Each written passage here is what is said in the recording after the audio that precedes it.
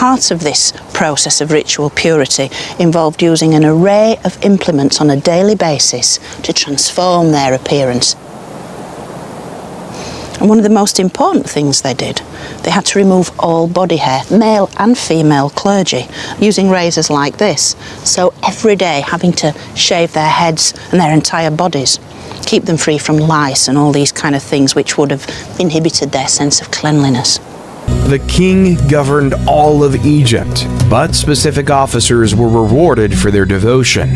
The Egyptians developed various advanced ways of irrigation systems, and to keep track of the water levels, they built nilometers to gauge the height of the flood and to determine the taxes levels supposed to be paid. Canals were dug to provide water to different areas when Sennacherib II decided to turn the Fayum area into an agricultural center. He developed a specific irrigation system with a dike that transported water from Lake Moeris, which resulted in crop prosperity in the area. He was also behind the construction of the White Chapel, a building important to historians and academics because it contains a record of all the nomes of the period. Sennacherib I was followed by Amenemhat II, 1929 to 1895 BCE, who may have governed alongside him. The practice of co-regency was unique to the Middle Kingdom, in which a younger man, the monarch's selected heir, usually a son, would govern alongside the king to learn the position and guarantee a seamless transfer of power. Scholars disagree on whether this practice was truly followed, though there is no question that it was followed by Amenemhat II and his successor Sennacherib II, 1897 to 1878 BCE. Double dates for two rulers on official cartouches indicate co-regency. Amenemhat II's reign is little known, but Sennacherib II is noted for his excellent ties with the regional nomarchs and improved prosperity of the nation. It's worth noting that during Sennacherib II's rule, local officials thrived just as they had at the end of the Old Kingdom, but this did not cause the kingdom the difficulties that it had previously. Sennacherib II was followed by Sennacherib III, 1878 to 1860 BCE, the most potent monarch of the period, whose reign was so prosperous that he was deified during his lifetime. His rule is characterized by military advancement into Nubia, as well as a rise in Egypt's riches and influence. Sennacherib III exemplified the Egyptian cultural value of military ability, and quick action was the pinnacle of the warrior king. He was thought to be unbeatable at the helm of his troops. His expeditions into Nubia widened Egypt's borders, and the fortifications he erected along the boundary facilitated commerce. He also conducted an expedition into Palestine, and as a result, trade ties with that area improved. And to control flood and direct irrigation waters, the ancient Egyptians built earth and stone barrages and dams, such as El Lahan Dam, which was erected during the reign of King Amenemhat III, who ruled in the 12th dynasty following the reign of Sennacherib III, as he wanted to make good use of the floodwaters for the irrigation system, and to protect the state from destructive high levels of inundation water. Early November, before the water had entirely left the basins, was the time when preparations for planting season began. Before fields were prepared for planting, irrigation facilities were repaired or cleared, and property lines were reevaluated. And since ancient Egyptians were known to document every detail of their daily life, we have seen the process of growing and harvesting the grain depicted in great detail in various tombs paintings. Various crops were planted widely, which made food types plentiful in Egypt, such as emmer wheat, which was used to make bread and beer, grapes for wine, palm dates, doom palms, figs, sycamore, and papyrus, whose stems were used to make paper-like scrolls for writing, and also was a great material to make sails, cords, and even mats. Various tools were used by the farmers during the planting process, such as a very interesting one called shadaf.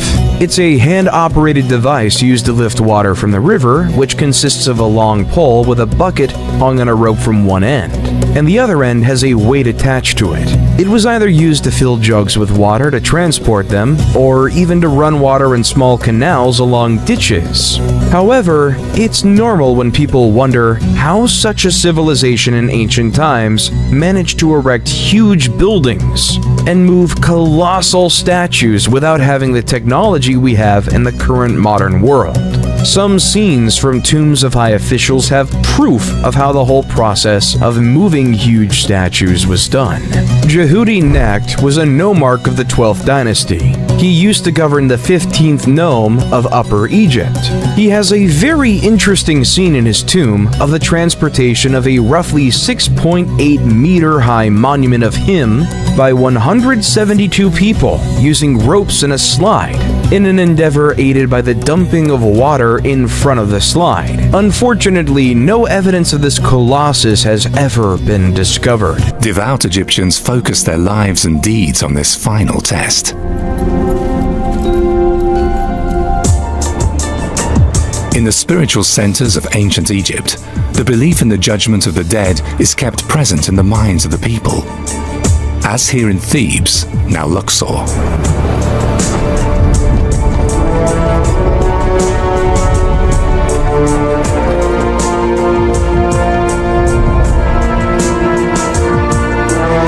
The capital of the New Kingdom attracts tourists and scholars alike.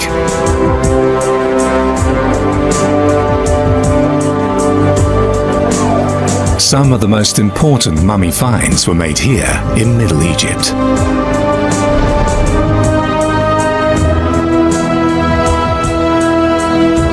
The most famous ones come from a valley west of Luxor, the Valley of the Kings. Legendary rulers like Ramses II are buried here, yet many of the burial chambers are empty. They were looted, not by modern tomb robbers, but by contemporaries. The desecration of a tomb, especially that of a pharaoh, was considered blasphemy in those days, since it condemned the deceased for all eternity.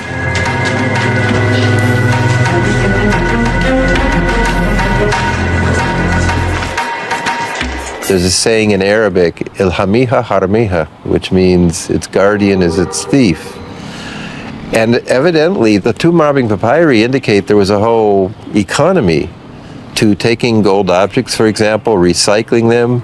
There were people called traders, shutiyu, who would actually take things and move about, mostly by boat, redistributing gold, and other precious things into the economy. Therefore, around 1000 BC, the Egyptians set up mummy depots near the Valley of the Kings, so-called cachettes, galleries that were inconspicuous and difficult to access. Bodies of pharaohs and dignitaries whose tombs had become targets of robbers were reburied here.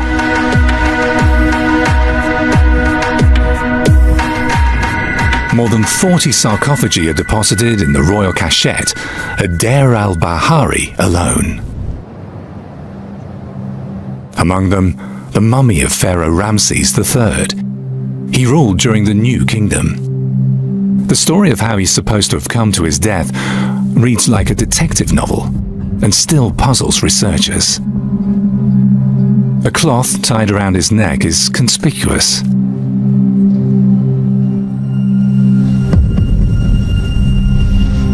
In the same room, there was the mummy of an unknown young man. Since its mouth seems frozen in a cry, it's called the Screaming Mummy.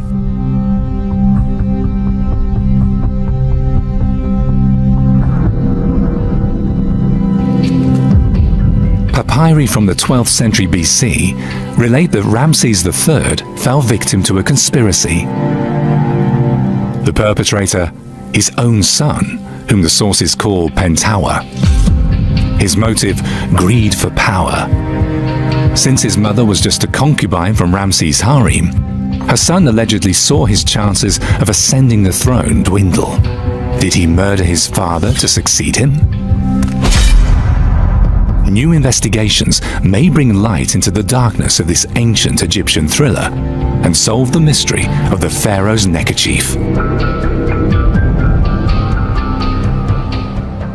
Recently, work has been carried out on Ramses III mummy where they CT scanned him, and they found that he had a slit cut through his neck and that he had been murdered, and that the embalmers tried to patch him up with extra bandages and resin and even put special amulets here so that he could go into the afterlife complete.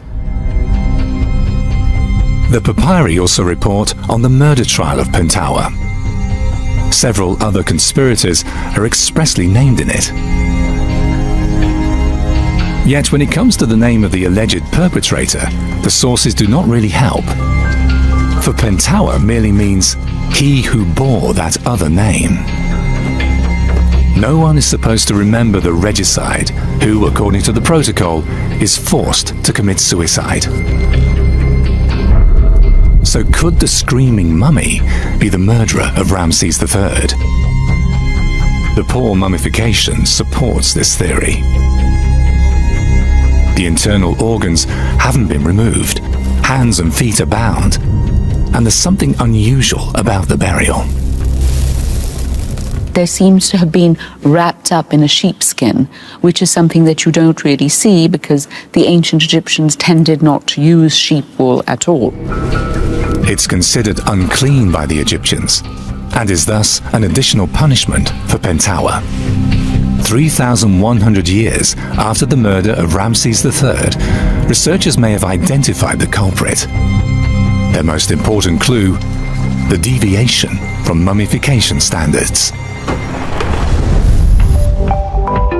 From the 3rd century BC onwards, the craftsmanship of embalming declined sharply. Mummification is now more like assembly line work. With the introduction of Christianity as the state religion in the Roman Empire, which includes Egypt, the practices of ancient Egyptian mummification are pushed back. They come to a complete halt with the expansion of Islam in the 7th century. The Muslim rite requires a corpse to be buried within 1 day.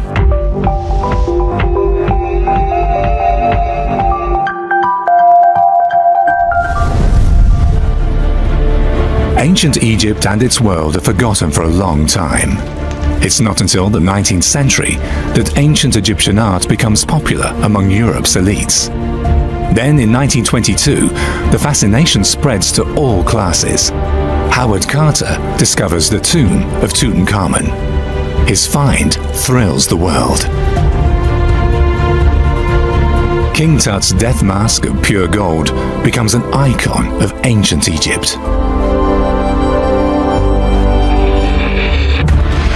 The discovery of his tomb and the splendor of its funerary goods trigger a hype. Tutmania. However, the enthusiasm overshadows the fact that Tutankhamun's mummy is not the best example of the ancient Egyptian craft of mummification. One of the most important things in the tomb, of course, was the body of the king. And the mummy of Tutankhamun is not very well mummified. He's covered with this dark substance. His embalming cut is very big. He's missing his heart. So it is a very unusual mummification. Tutankhamun is perhaps one of Egypt's most famous kings, not because he reigned for a very long time, but because his tomb was found almost completely intact, filled with astonishing finds. And this has really captured the public's imagination. Carter and his financier, Lord Carnarvon, sign an exclusive contract with the London Times. A reporter becomes a permanent member of the excavation team and provides readers with the latest reports of the finds. Other newspapers soon join in the race for new headlines. The lifestyle industry reacts as well. Everything must now have something to do with Egypt or mummies. Perfumes, jewelry, clothing, and much more.